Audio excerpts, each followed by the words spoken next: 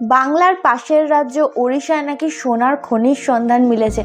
বিজ্ঞানীরা অনেক পরীক্ষা নিরীক্ষা চালিয়ে ওড়িশায় কিন্তু সোনার খনির সন্ধান পেয়েছেন। এই সোনার খনি থেকে সোনা তোলা গেলে কিন্তু বিশ্বের বাজারে ভারতবর্ষ গুরুত্বপূর্ণ ভূমিকা গ্রহণ করতে পারে। এই সোনা কেনাবেচার ক্ষেত্রেও কিন্তু ভারত একটা গুরুত্বপূর্ণ ভূমিকা গ্রহণ করতে পারে। আগে সোনার জন্য ভারতকে অন্য দেশের উপরে কিছুটা হলেও নির্ভরশীল থাকতে হতো। ওড়িশায় যদি সত্যি সোনা পাওয়া যায় তাহলে কিন্তু একটা ওড়িশা ভারতের মানচিত্রে একটা গুরুত্বপূর্ণ জায়গা পেতে চলেছে। আগে বিহার, ঝাড়খণ্ড, রাজস্থান এইসব জায়গা থেকে সোনার আকরিক পাওয়া যেত। বিহারে 44%, কর্ণাটক এবং রাজস্থানে 25 এবং 21% করে কিন্তু সোনার আকরিক পাওয়া যায়।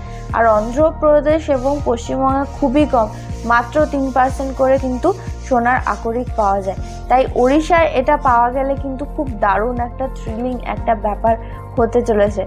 তো ভিডিওটা তোমাদের কেমন লাগলো কমেন্টে জানিও।